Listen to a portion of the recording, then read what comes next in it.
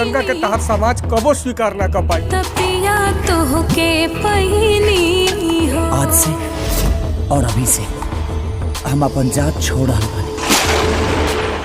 सतीश तुम्हें आज और अभी से अपने बेटे को मुखाग्नि देने की जिम्मेदारी से